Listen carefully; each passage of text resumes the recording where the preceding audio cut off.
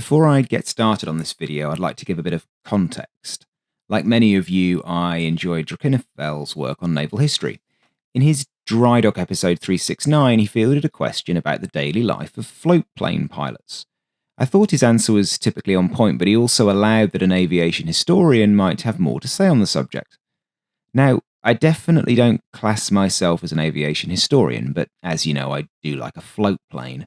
So here's a bit more on the life of the aircraft crews deployed to cruisers from 1920 to 1945. To generalise, the navies of the time used seaplanes for two main purposes. The Royal Navy and the Regia Mariner saw them mainly as an asset to correct long-range gunfire. The US Navy, the IJN, and the Kriegsmarine were more minded to use their floatplanes for scouting. Everyone used aircraft for liaison and occasional personnel transfers during peacetime, sometimes for anti-submarine patrols in wartime. In the late war, the US would also send cruiser-based aircraft to rescue downed aviators.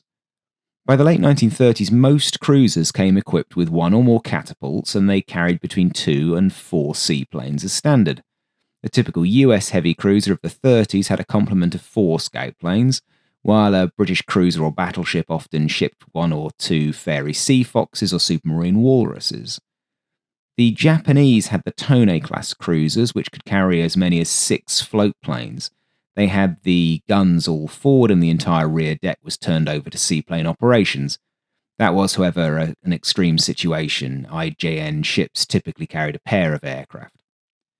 Space aboard a cruiser was always at a premium, so aviation facilities were quite compact. Early cruiser designs had no hangars. The aircraft were just secured on deck or on the catapult, and they were exposed to the elements. The crew in those cases lived in normal berthing areas, and they only tended the planes on the open deck, where they were often covered with tarps for some protection. By the mid-1930s, however, many cruisers were built with hangars to shelter the planes. Notably, the US Navy's Brooklyn-class and Cleveland-class light cruisers introduced stern hangars that could house all 4 aircraft below the deck.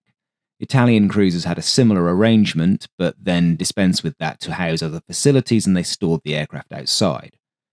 If the crew was lucky and there was a proper hangar, then the aviation crew sometimes slept right in the hangar alongside the aircraft. US cruisers even had fold-down bunks built into the hangar bulkheads. Maintainers thus literally lived with their planes. If an engine needed an overnight repair, they could roll out of their bunks and get straight to work. British and Japanese cruisers similarly had small hangar spaces, generally amidships in Japanese heavy cruisers, or under the bridge in some British designs. These two might double as workshops and occasionally quarters for the aircrew. Living near to volatile gasoline, oil, and the faint smell of seawater-soaked canvas was certainly different from the rest of the crew's accommodations. The pilots and maintainers of a cruiser's seaplanes typically formed a small air department within the ship's company. Unlike an aircraft carrier's large air wing, a cruiser's aviation unit might only be a few officers and perhaps a dozen enlisted technicians. Limited numbers meant that the technicians often multitasked as engine mechanics, riggers, and ordnance men all in one. Although that was the general rule, there were variations between services. In the US Navy, the aircraft were manned by detachments from the Observer or Scouting Squadrons, or VO or VCS. The pilots were regular naval aviators from the standard Pensacola pipeline rather than a special track. Observers were commissioned officers known as naval aviation observers, and they were formally qualified for air observation and spotting. The observer commanded the aircraft, and they were usually a mid-grade line officer. Pilots were almost always ensigns or junior-grade lieutenants. The maintenance crews also came from the same squadrons, and they had specific grades like aviation machinist mate, aviation metalsmith, aviation radio man, and so on. They were trained in naval air technical training schools, but not with the carrier deck crews. Generally, they would have their first tour on a seaplane detachment shoreside, and then they'd be assigned to a VO or a VCS squadron, from which they'd be detached to a cruiser or battleship. US crews were between 12 and 20 men, and they reported to either the XO or the gunnery officer. In the Royal Navy, the pilots came from the Fleet Air Arm program. Observers were a separate pipeline, and they were trained at No. 1 Observer School or 749 Naval Air Squadron. Pilots were sub-lieutenants or lieutenants, whereas the observers were typically older and more senior. If there was a telegraphist air gunner aboard the aircraft as a third crewman, then he would be enlisted. Royal Navy maintenance crews were smaller than those of the US Navy, typically only 6 to 10 men. They were also all from the Fleet Air Arm, and they were trained ashore at Worthy Down, Calshot, and Leigh-on-Sea. Catapult maintainers were from a different pipeline, but also reported to the Fleet Air Arm. The entire of the air contingent reported up to the ship's gunnery officer, and the observer was usually a senior member of that division. The IJN also trained cruiser detachment pilots in the regular IJN system. In the interwar period, both pilots and observers were officers. Later on, as losses mounted, the pilots were more often NCOs.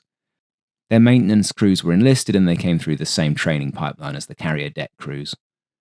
The air group reported to their Hikocho, or flight officer, who was an IJN air service officer permanently assigned to the ship. He then reported to the operations officer. Craig's Marine air detachments were different as they came from the Luftwaffe. Pilots and maintainers came from Luftwaffe Bordflieger Group 196. 1 or 2 officers and between 16 and 18 men would be assigned per ship. They went through a standard Luftwaffe aircraft maintenance course and then a special shipboard conversion course. Observers were from the Navy. They were experienced officers with navigation and gunnery experience who commanded the aircraft. There was inevitable friction between services, and the air detachment was more like an independent island than in other services. Because their assigned role was scouting, some Luftwaffe officers sometimes actually resisted doing pure naval gunfire spotting because it wasn't their doctrinal emphasis. The most senior Bordflieger officer reported directly to the ship's captain for operations, but he reported to Luftwaffe Group HQ for personnel and evaluation. Similarly, because Mussolini had brigaded all military aviation pilots into his Regia Aeronautica in the mid-1920s, all floatplane pilots and crews were trained by and ultimately reported to the Air Force. On the ship, the most senior observer typically reported to the ship's gunnery officer. Because of their unique role, day-to-day these men straddled 2 worlds. They followed the ship's routine of standing watches, general quarters in battle, and so on, but they also had the rhythms of an air squadron, which meant performing pre-flight checks, engine run-ups, and constant weather watching. Routine flights were scheduled whenever operationally possible. In relatively calm conditions, a cruiser might launch a dawn reconnaissance flight each day, and perhaps another at dusk or as needed. Pilots would be briefed by the ship's captain or the gunnery officer on what to look for example, search 20 miles out on bearing 090 for any contacts, or spot fall of shot for our practice shoot at 1400. In the peacetime 30s, a cruiser's aircraft might fly a few times a week for training. During intense wartime operations, they could fly multiple sorties a day if conditions allowed, but this wasn't sustainable in the long term. The sortie rate was limited by the need to recover and service each plane between flights. Launching was quick, but recovery could take more than 30 minutes. If a cruiser had 2 catapults, it might send up 2 planes in quick succession. This was common for US ships. One plane would scout the left sector, one the right. They'd typically be airborne for 2 or 3 hours, and then they would return, and each would need to be craned aboard. If the ship urgently needed more search, it might launch a second pair after refueling the first, but realistically most ships didn't keep all aircraft in constant rotation. For example, during one South Pacific operation in 1942, the heavy cruiser USS Chicago launched morning scouts daily for a week, but by the afternoon only 1 aeroplane would be operational due to maintenance or minor damage. Downtime for the planes was often significant. Salt corrosion, engine wear, and occasional combat damage kept at least 1 aircraft of a 4-plane unit under repair at any given time. A wartime US Navy memo from 1943 noted that on average only 50% of a cruiser's float planes were fully mission capable at any one time in prolonged operations. The rest were down for maintenance or awaiting parts. This underscores the heavy maintenance overhead placed on the small aviation crews. They worked long hours in tough conditions to keep the planes flying, often cannibalizing one plane to get another into the air. Flight hours varied by service and how far into the war we're looking at. At the outset, IJN pilots flew the most as cruiser-based float planes rather than carrier aircraft with a chosen scouting force for the main battle fleet. In peacetime and the early part of the war, they flew between 30 and 60 hours a month, which was actually more than some carrier pilots managed. Later in the war, the strategic and tactical situation and the lack of experienced pilots and maintenance crews meant that flight hours collapsed to more like 5 or 10 a month.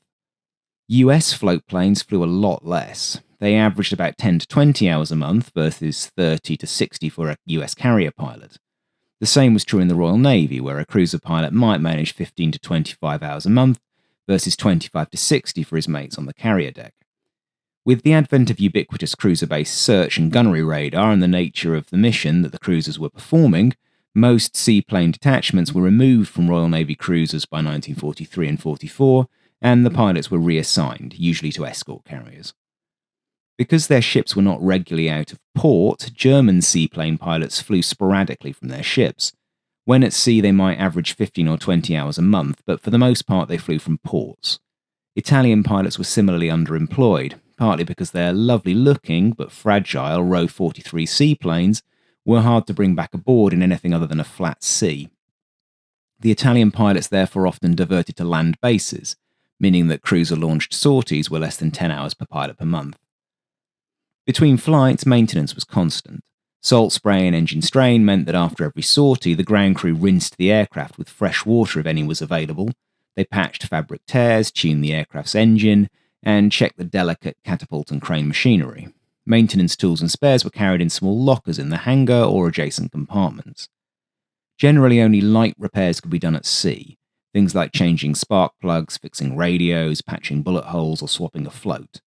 Larger jobs, like an engine change or a major structural repair, generally required a port or a seaplane tender.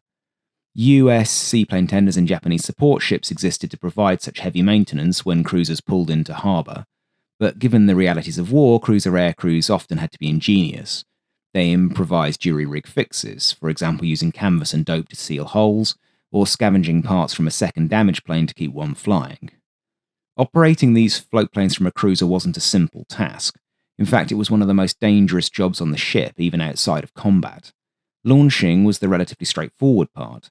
The plane would be placed on a catapult rail. This would be done by crane if the aircraft was coming from the hangar, otherwise it would just be a manpower job. After warming up the engine, the pilot would signal, and a catapult charge, consisting of either a powder cartridge or high-pressure air, would hurl the aircraft off the ship at 70 to 80 miles an hour in a second.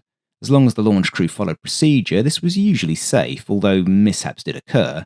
A misaimed catapult could send an aeroplane into the drink, or an underpowered launch could splash a plane right down in front of the ship.